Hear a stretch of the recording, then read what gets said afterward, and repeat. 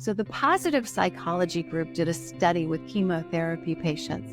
They divided them into two groups, and they had one group just do what they would normally do during a chemotherapy session. And the other group, they asked them to watch comedy videos, funny movies, something that would make them laugh throughout their infusion and their treatment. They found that the group that watched the funny videos had significantly higher natural killer cells at the end of their transfusions, just 4 hours later.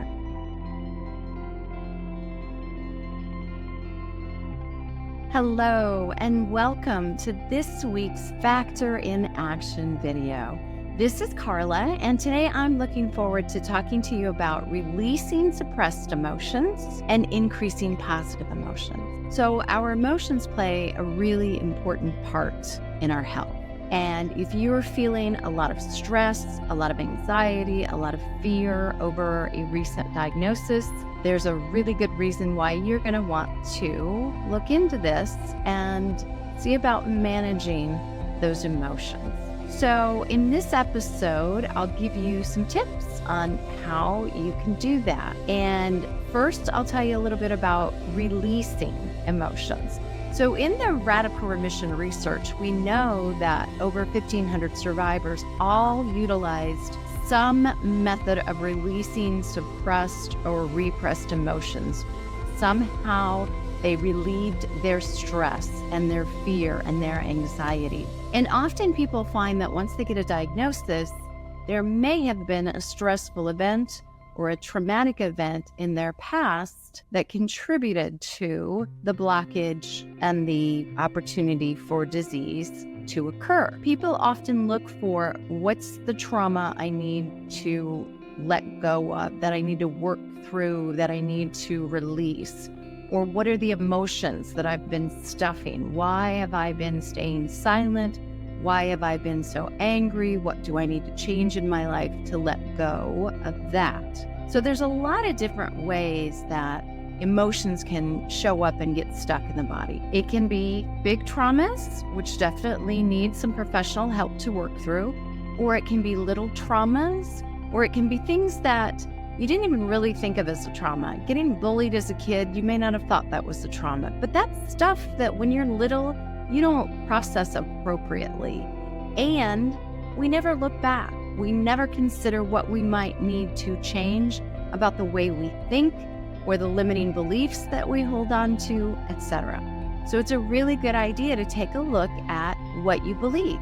What are you thinking and believing and continuing to live your life by, even though you're now maybe in your 40s, 50s, 60s, or even older?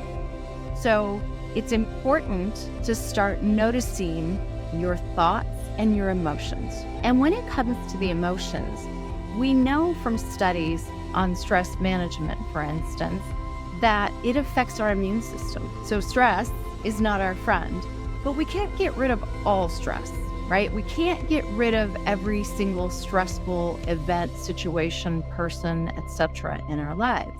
We can, however, work to manage our stress better. And you've probably heard this a million times. Meditation is a great way to manage stress, because it is. It is a really great way to manage stress. Mindfulness-based stress reduction is another great way to manage stress.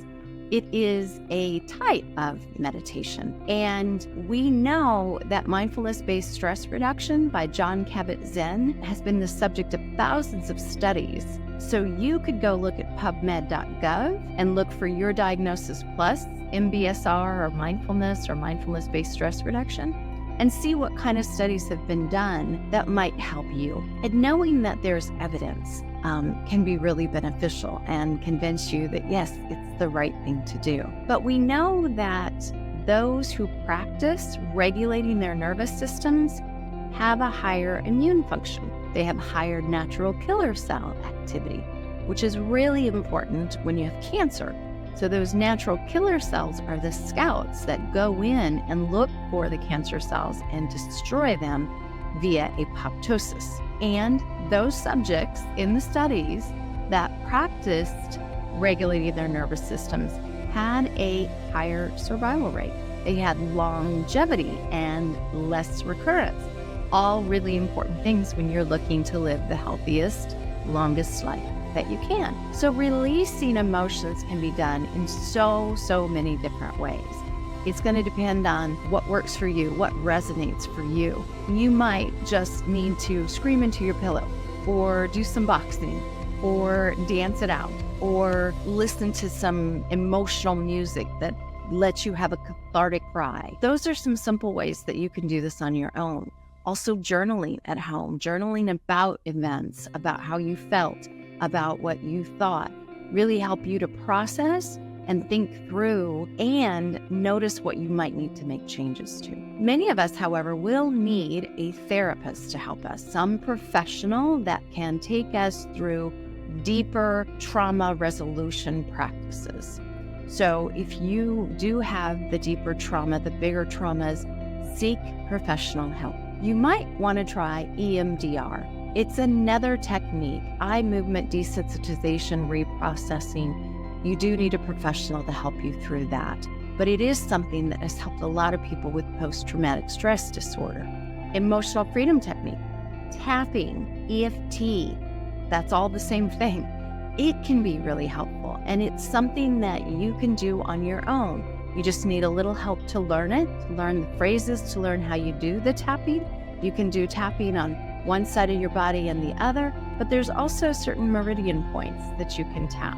So all you have to do is Google that, or find a YouTube video on that, or look for an app that can help you with that. And that's a great way to help you release the stress of the moment. If you're going for a scan and you're having anxiety, utilize EFT and tap so that you can release that anxiety and stress that you're feeling, that fear. So those are just a few of the ways that you can work to release emotions that might be trapped in your body. And it's important that you start to really notice your emotions and your thoughts so that you don't continue to stuff things in your body. So if you're the type of person that bites your tongue, right? Or clenches your fists, or does something instead of saying what you need to say, think about that. Think about what you're doing. You are actually literally holding something in your body when you clench your fists, or when you say that you're biting your tongue, or you're just, stuffing something. You're not going to say it. I do that, and I know now that when I do that I need to consciously unclench and think about it and say what I need to say and not stuff it. Now, that doesn't mean that in every moment it's appropriate to process whatever you're feeling, the emotions that are coming up for you. So if you're at a point in a situation where it's not appropriate to dive into the emotion you might be feeling, just put a pin in that and come back to it later when you can. Make sure you explore it later, perhaps in your journaling or in your exercise, right? If you're really into hard, strenuous exercise, that might be a good time to be thinking about letting it go. So that's a bit about emotional release.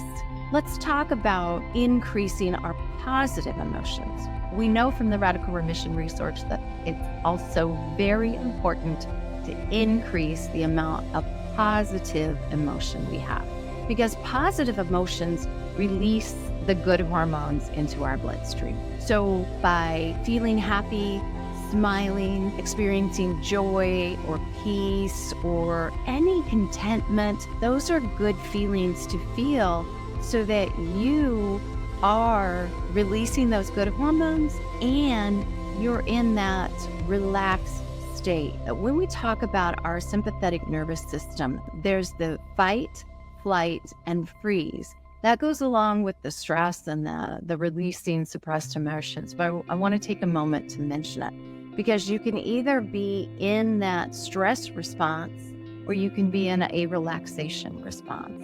And of course, it's always best to be in the relaxation response. And when you're feeling stress, anxiety, and fear, that's when you're in that stress response mode. That's when you want to catch yourself and make a change. Do something like 5 jumping jacks, or think about 6 vacation spots you'd like to go to. It only takes 6 seconds to interrupt the cycle of stress. So if you can catch yourself and utilize a technique that helps you break that so that you can go back to being in the relaxation response, that will do you a lot of good. So then going back to being in that relaxation response where we want to be as often as we possibly can, but we're human, we can't be there 100% of the time, but it's where we want to be when we can be, and we want to get ourselves back to as often as possible. And in that relaxation response, we are not in fight, flight, or freeze.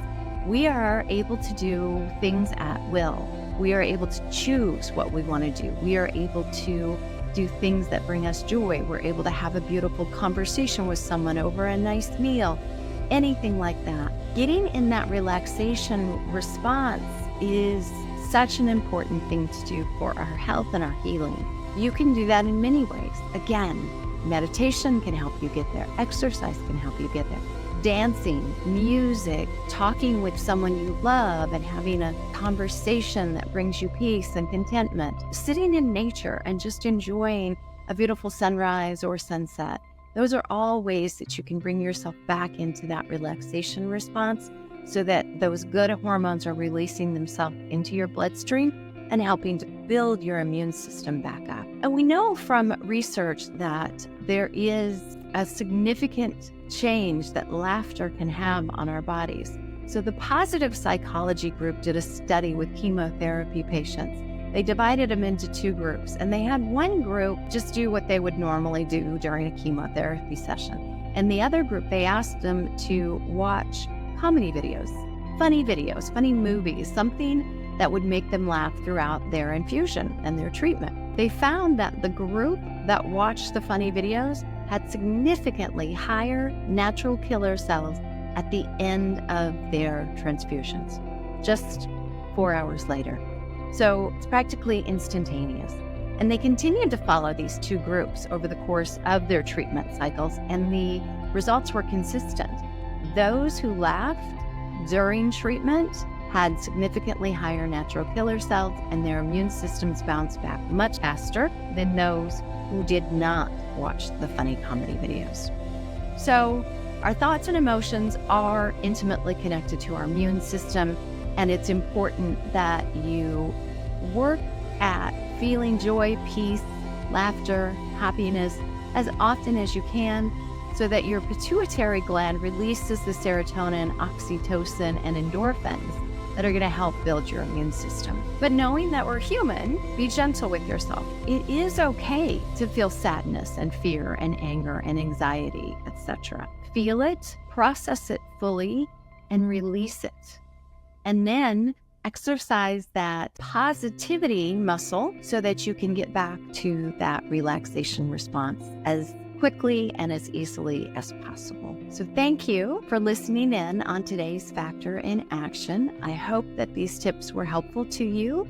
And if you have any other questions or you want to learn more, you can absolutely attend a radical remission workshop or join us in multiple ways to learn more about what we can do to help you. If you need help with this factor or any of the other factors, please visit healthnavs.com for a free discovery session with either myself or Liz. And check out our upcoming events. We've got radical remission workshops, group coaching, and other things that we offer. Please be sure to subscribe, follow, and share so you never miss one of our videos. Thanks so much, and have a great rest of your day.